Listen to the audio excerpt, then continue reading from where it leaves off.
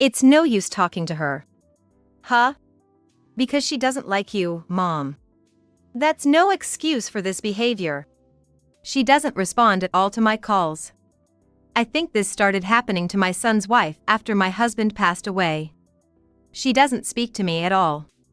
I've got plans, so I'm heading out. Oh, and don't expect me to take care of you. He left with a laugh. Half a year later, he and his wife came back home. But this time, the behavior of her was different. It's been a while, mother-in-law. How have you been? Yeah. I've been fine. I wondered when was the last time she spoke to me. I came to see how you're doing today. Is that so? We had a normal conversation for a while. But suddenly, my son's wife started to scorn me. Why are you so poor, mother-in-law? What are you talking about? From now on, please don't talk to me unless it's for weddings or funerals. I don't want your poverty to rub off on me. That was her attitude. There's no reason for you to say that. What are you talking about? Living in such a dirty house, that's just not right. Don't be so cruel. You're saying that too? Well, it's true. You should just sell this dirty house. Not just my son's wife, but my son as well, both of them ridiculed me. Realize that you're poor. It's embarrassing for us too. I was really getting angry at being called poor. Who are you calling poor? Say that again. Huh? My son's wife was taken aback by my raised voice, something I usually don't do. But it wasn't going to end there. Neither my son nor his wife knew that I owned 6.5 acres of land. I continued with the truth. That can't be true. I didn't know that. Of course, you didn't. I've kept it hidden all this time. And so, they fell into their own hell. My name is Nova, I'm 63 years old, just a regular housewife. I've been married to John for 40 years. I still remember the day I met him. It was an arranged date. I'm John Smith. Nice to meet you. Likewise, pleased to meet you. My first impression of him was that of a bright and promising young man. It was an arranged date set up because our fathers knew each other, so I wasn't really excited about it. But despite it being our first meeting, I found myself attracted to him. I had never felt this way before and was surprised at myself. Will you marry me? I promise to take good care of you and not let you suffer. Yes. I thought I wanted to follow this man for the rest of my life. Then, our long-awaited child was born, and before I knew it, I had reached this age. My husband, John, is 65 now, but he took over a friend's real estate business right after retiring at 60 and has been working hard ever since. He always had a talent for it, and the business was thriving. Aren't you working too much lately? No, I need to keep working for our retirement. Don't overdo it, okay? I know. Honestly, I never quite understood what his work entailed. All I could do was care about his health. When John took over the company, he asked our eldest son, Michael, to join him, but Michael wasn't interested and never helped. I'll be coming home soon. That's quite sudden. What's up? I'll tell you when I get back. I hadn't heard from my son in years. John had always been strict with Michael, which he probably didn't like. But the thought of seeing my son after such a long time made me happy. Michael's coming home soon, he just contacted me. Michael is? How many years has it been? He said he has something important to discuss. Maybe he's bringing a girlfriend? No way. He's at the age for it. Maybe it's a marriage announcement. 2 weeks after hearing from Michael, he came to visit. I'm home. It's been a while. Good to see you back. Come in. I will. This time, Michael wasn't alone. I had to admire my husband for his insight. I came back today because I have something important to tell you. Is it a marriage announcement? Hey, Dad. Sorry. His father always had a habit of jumping the gun. Looking at Michael, he seemed a bit annoyed. Just like Dad said, I'm planning to marry this lady, Mary. Nice to meet you. I'm Mary Johnson, in a relationship with Michael. Nice to meet you too. During the meal, we talked about how the couple met. However, I noticed that Mary occasionally sighed, especially when John was talking. She also looked around our house curiously. Mary, is there something bothering you? Oh, it's nothing. I could guess what was on her mind. Our house, originally inherited from John's father, was quite old in some places. I figured that must have caught Mary's attention. Sorry about that, the house is pretty old, isn't it? Yes, it is. Aren't you going to do something about it? I've been telling him to consider remodeling, but John's quite stubborn. It's not really necessary. It's still perfectly livable. Michael and Mary seemed a bit displeased by this conversation. John seemed oblivious, but I couldn't help but notice. After a while, they left. This ensures our family's security. Yeah, maybe we'll get to see grandchildren soon. We need to live long for that. So, you should take it easy, okay? You worry too much. After they left, John and I had a drink, something we hadn't done in a long time. John was more talkative than usual that day. About a month after Michael's visit. Hello? Is now a good time? Yes, it's fine. It was around 9 a.m. when Michael called. I just submitted our marriage certificate. Just wanted to let you know. Tell Dad too. Congratulations. I'll make sure Dad knows. Are you thinking about a wedding? Yeah, eventually we're planning to. Not sure when yet. Okay, understood. Take care. Make sure to visit us again. Yeah. It was quite matter of fact, but I was happy nonetheless. I immediately told John, who was reading the newspaper in the living room. Why are you looking so happy? Michael called. They've submitted their marriage certificate. Oh. That's great. He said he'll visit us again. Are they planning a wedding? He didn't say when, but I think they will. Michael's marriage was a joyous occasion, but it was soon overshadowed by a more distressing event. The change in our relationship as a couple started about 2 months after Michael got married. John started feeling unwell and had to take to bed. How are you feeling? Today, I'm feeling quite better. Is there anything you'd like to eat? No, not right now. Could you make me my usual tea instead? I'll get it ready right away. When I brought the tea, John smiled. And I felt a bit relieved seeing that. I believed he would return to his usual self. But my hopes were in vain. One morning. Hey! Are you okay? John hadn't woken up at his usual time, so when I checked the bedroom, he was struggling in pain. I immediately called an ambulance. He lost consciousness on the way to the hospital. At the hospital, thanks to urgent care, John regained consciousness. I had never prayed so hard. I'm sorry, Nova, for causing you trouble.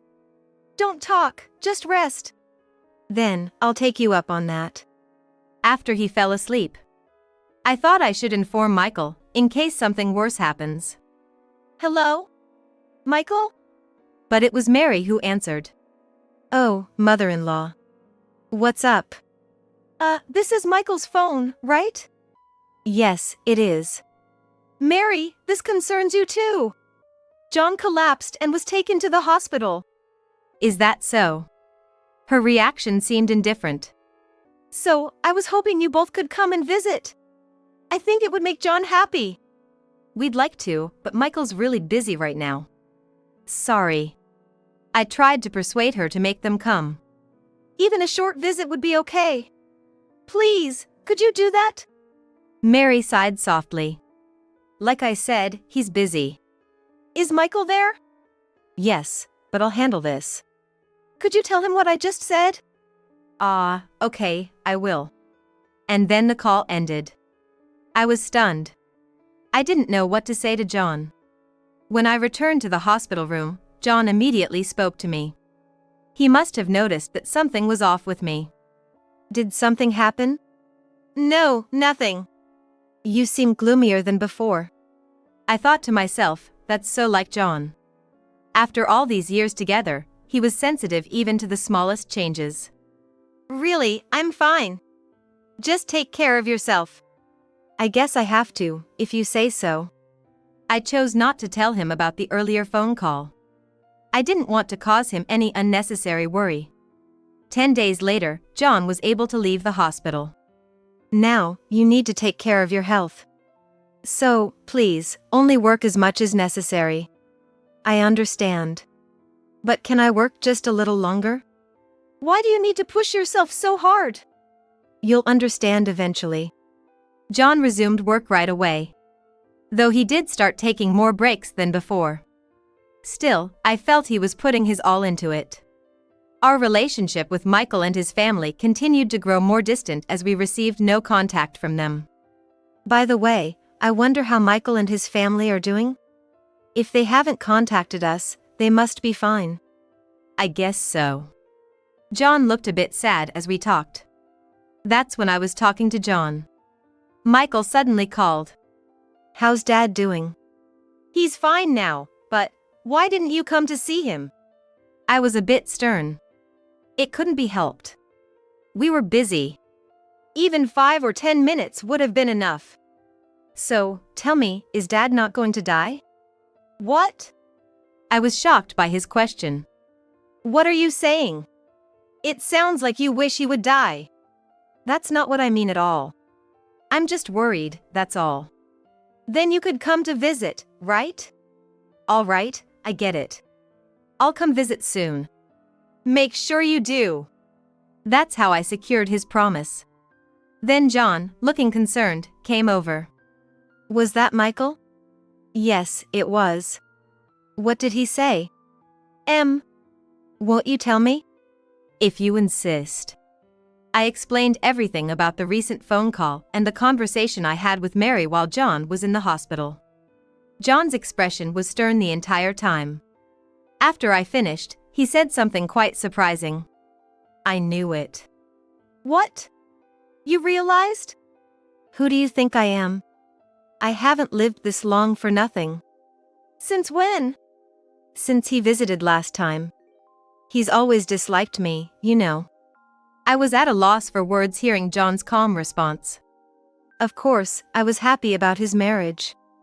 But the fact that he didn't contact us at all during my hospitalization says a lot, doesn't it? Aren't you overthinking it? We'll see when he comes next time. Maybe he's after my inheritance? Surely not. I had felt them growing colder, but I hadn't thought it went that deep. However, John's words were becoming more believable. He's coming over now. Okay. I received a message from my eldest son, Michael, saying he was on his way to our family home. About 30 minutes later. I'm home. Welcome back. It's good you came. I greeted him as usual. It's been a while. Come in, have some tea, and relax. The family gathered in the living room. There was an awkward silence for a while. Before John started talking. Sorry to have you come all this way. It's fine. Mom told me to come. For now, I'm doing all right. I can see that. It was a normal conversation between parent and child, but John's expression turned serious.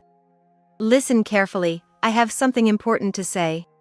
What's all this formality about? As you can see from this house, we don't have money. So, there's no inheritance to leave behind. Michael suddenly stood up, angry. What? You're a business owner, aren't you? You can't be broke. If we had money, would we live in this kind of house? What? I had my hopes up. Just a bunch of poor people. Hey! That's no way to speak. I'm not saying anything wrong. I felt like I was about to explode with anger. Then Mary chimed in, agreeing with Michael. Ah. What a letdown. That's why I told you. Mary was right. Say whatever you want. This is our reality. After enduring all this. That's why I've always disliked Dad. I guess so. I tried to raise you differently. There was no room for me to interject. Why don't you say something, mother-in-law? What am I supposed to say? You should be ashamed for not being able to leave anything for your son. That's none of your business. Even if we did inherit this dirty house, it's not worth much anyway. Just let her talk. My patience was running thin. I shouldn't have come here. Really. It was just a waste of time. Is that so? Then don't come here anymore. Why would we? We have no reason to now. John, is it okay to let them talk like this? If they say they don't want to, I can't stop them. Mary laughed mockingly. Typical of you, father-in-law. You're more understanding than mother-in-law. I almost lost control, but John, sitting next to me, stopped me. Let's calm down a bit. If you have no business here, then leave. We were leaving anyway. And so, they left as if nothing had happened. Why did you stop me? I couldn't let you do that. Maybe, but... Don't worry. The concern should be on their part. Really? I need to step out for a bit. Should I come with you? No, I'll be fine alone. Just wait here. I didn't understand why John had left alone or what he meant by his words. For days after that tumultuous day, something happened. While preparing breakfast, John got up. Good morning. Good morning. That's when it happened. I heard a thud and looked toward John. But he wasn't there. Rushing out of the kitchen, I found him collapsed face down. He could only weakly respond to my attempts to talk to him. I'm calling an ambulance now. Just hang in there a bit longer. This incident would change my life significantly. Though he was conscious, he could only give weak responses. I tried calling Michael several times, but he never answered. Doctor, is my husband going to be okay? It's quite serious, I'm afraid. What's wrong with him? His body is overall in very bad shape.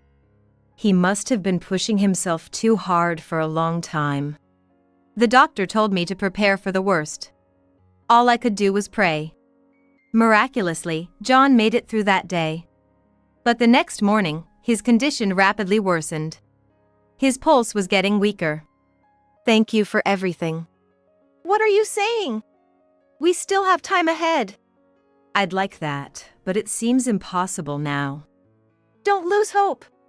Then John made a request. Do you have paper and a pen? Paper and pen? I went to the nurse's station and borrowed them. Here they are. Can I borrow them for a moment? John began to write something on the paper. What's this? If I die, call this number. Understood. I wish I could have had one more cup of your tea. Just wait, I'll make it right now. I prepared the tea and turned back to give it to John. He had passed away. Those were our last words. I was in such shock, I couldn't even cry. I went to his side and held his cold hand. Thank you for everything. Then I noticed a call on my phone. Upon seeing the screen, a sense of helpless anger overcame my sadness. It was Michael. What do you want? Dad just passed away. What? When? Just now. Oh, I see. What do you mean I see? Your father just died. I get it. Michael sounded annoyed. Just come here now. Eh? Now? I was off today. No excuses. Okay. He hung up. About an hour later, Michael and his wife arrived. Both dressed in sweatpants, clearly wanting to leave quickly. Come on, say goodbye to your father. I lost my temper at Mary's next words. What do you mean by saying goodbye? He's already dead. What did you just say? Say that again. Huh? You can't greet a dead person. Are you okay in the head? I couldn't believe what this woman in front of me was saying. Ultimately, I had to kick both of them out of the hospital room. I thought it was unfair to John to let them stay. Then, the preparations for John's funeral began, but the two of them didn't show their faces at all. as the funeral went on without a hitch and were nearing their end. I came to help. There's nothing for you to help with at this hour. Isn't that a bit harsh? I came all this way. Where's Michael anyway? Michael went to the arcade.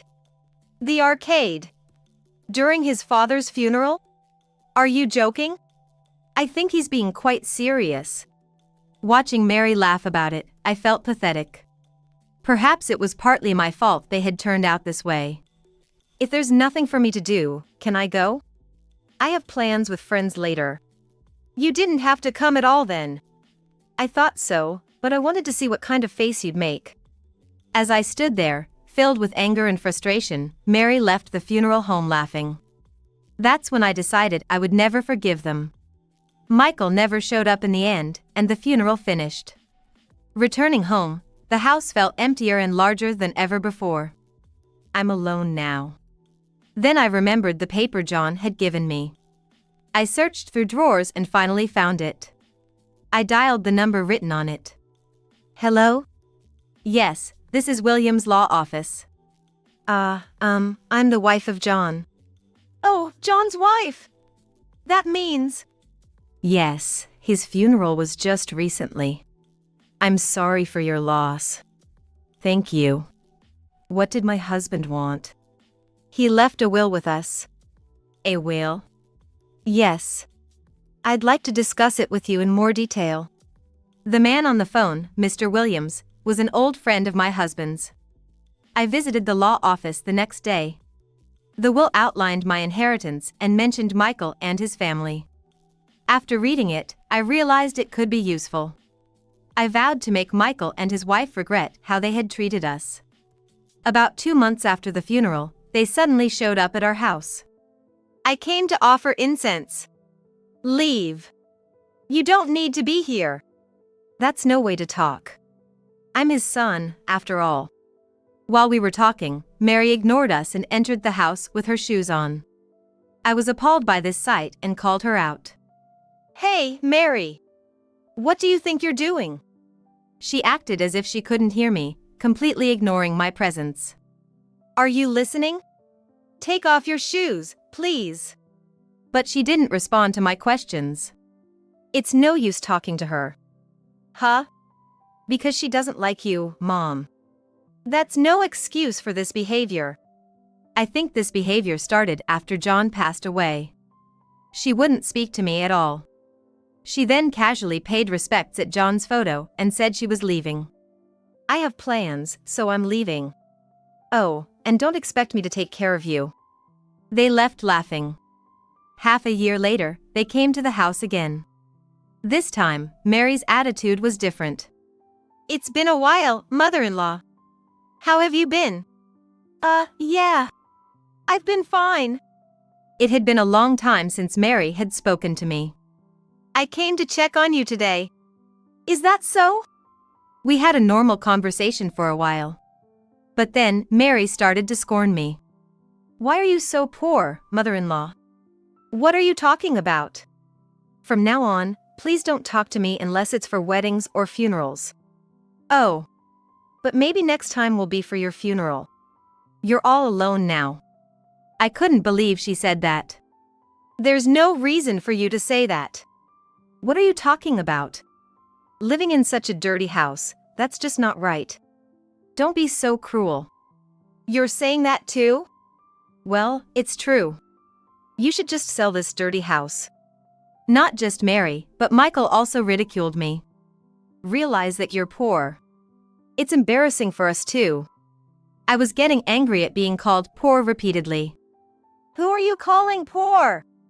Say that again. Huh? Mary was taken aback by my raised voice. But it wasn't going to end there. Neither Michael nor Mary knew that I owned 6.5 acres of land.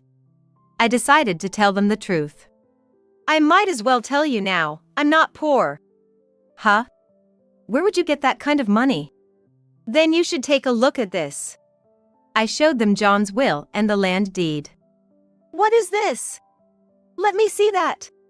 They both silently reviewed the documents. This can't be true. This is ridiculous. It is, because I've kept it hidden all this time. Now that you understand, get out of this house. They looked like they wanted to argue but were silenced by the undeniable facts. I almost laughed at the drastic change in them but held back. I decided to be merciless until the end. Because I thought it would be more damaging to them. Don't just stand there dazed. You're in the way. How can we be satisfied with this? Still, Michael persisted. This was just as John had predicted. In addition to the will, there was another paper. It stated that if Michael was not satisfied, to give him $40,000. All right, if you insist so much, I'll give it to you. You should have done this from the start. What a waste of time. I went to the bedroom and came back with an envelope. Is this enough? They checked the contents of the envelope. So, you were hiding it after all. You're a despicable old woman. This money is a severance. By accepting it, you agree to have no further contact with me. Got it. Then we're leaving. Good luck with your poor life. Yeah. Bye. Finally, Michael and Mary left, seemingly satisfied. Alone, I let out a sigh. And turned to John's photo. Thanks to you, everything worked out. Thank you. That day, I prepared John's favorite tea. Days passed without any contact from Michael and Mary. I thought I could finally live in peace. But they shamelessly returned. One day while I was cleaning, the doorbell rang. Mom, you're in there, right? Open the door. They were banging on the door, making quite a disturbance. Reluctantly, not to trouble the neighbors, I opened the door. I knew you were here. Open up already. Really? We don't have all day. What are you doing here? You're not supposed to come here anymore. Just let us in. Then, I'll come in. They barged into the house. And headed straight for John's study. This was Dad's room, huh? Let's start searching. They began to rummage through the room. Stop that. They ignored me completely, frantically opening drawers and cabinets. It has to be here somewhere. Right. We'll find it. But no matter how much they searched, they found nothing. Which only frustrated them more. Then they turned to me, complaining. Where is it? Did you move it somewhere? Why would I need to do that? It doesn't make sense. You say there's no money, but Dad was a business owner. There must be something. Just give it to us. Of course, they wouldn't find what they were looking for. There's really nothing left. Searching this house is a waste of time. Is there really nothing? Haven't I been saying this all along? Didn't you properly read the will? Of course, we did. Did you read the second page? Huh? The second page of the will detailed how John's assets were to be disposed of. First, all the money he had earned was to be donated to a care facility. Second, when I pass away, the house and inherited land would be sold. And all the money from that sale would also be donated. What we gave you before is all there is. Then you should give us your living expenses. It was in the will, right? Indeed, John had ensured I wouldn't struggle financially for a while. But I had no obligation to give them anything. I'm not giving you anything. I have no duty to. You don't need that much money anyway. What do you need the money for? That's none of your business. Michael then started laughing as if he had an idea. Mary, don't worry. When Mom dies, everything will be ours. Maybe, but... They were truly foolish. Unfortunately, I'm planning to donate all the land I inherited. What? Why are you doing something unnecessary? I had anticipated that they would say something like this and had prepared in advance. All this fuss over 6.5 acres of land? Unbelievable. I don't need money. Having just enough is fine for me, unlike you two. Playing games, huh? Say whatever you want. Just know if you keep messing up my house, I'll call the police. Then do it. I pretended to make a call on my smartphone. Unaware, they started to panic. Seriously? I can't believe she's actually calling. Are you going to stay here? The police will be here any minute. Damn it. Hey, we should leave, quickly. Yeah. They rushed out of the house. That should keep them from coming back here. If they do, I'll just do the same thing. Then, a new fact came to light. I had asked Williams, the lawyer, to investigate why they were so obsessed with money. I found out that it turns out they are in significant debt. I see. That's why they were so desperate. The amount is easily over $50,000. Thank you for looking into this. No problem. I'm here to help whenever you need. Thank you. I might call on you again. Knowing the truth, I decided to call Michael. Is something wrong? Just wondering if you need any help. Help? Well, money, I guess. But what's the use of telling you? With that attitude, I can't lend you anything. Bye. Wait. Listen to me. I hung up without letting him finish. Expecting another call, I wasn't surprised when Mary called next. I just heard from Michael, are you going to lend us some money? Her voice was unmistakably eager. Well, about that, I have no intention of lending you anything. What do you mean? You two are in debt, aren't you? I know. Who told you that? Who knows? Who could it have been? Are you kidding me, you old hag? So you wanted money, huh? Who would lend to such foolish people? Just give us the money and be quiet. Like I'm going to do that. Deal with your problems yourselves. I hung up and set both Michael and Mary's numbers to reject calls. 2 weeks after this incident, I heard they couldn't repay their debts and moved to some rural area. Considering how they lived, a decent life seemed unlikely for them. Though part of me wanted them to suffer more and see hell, I kept that thought to myself. I'll live happily for the both of you. From now on, I'll live alone. But I won't be lonely. I'm sure John is watching over me from heaven.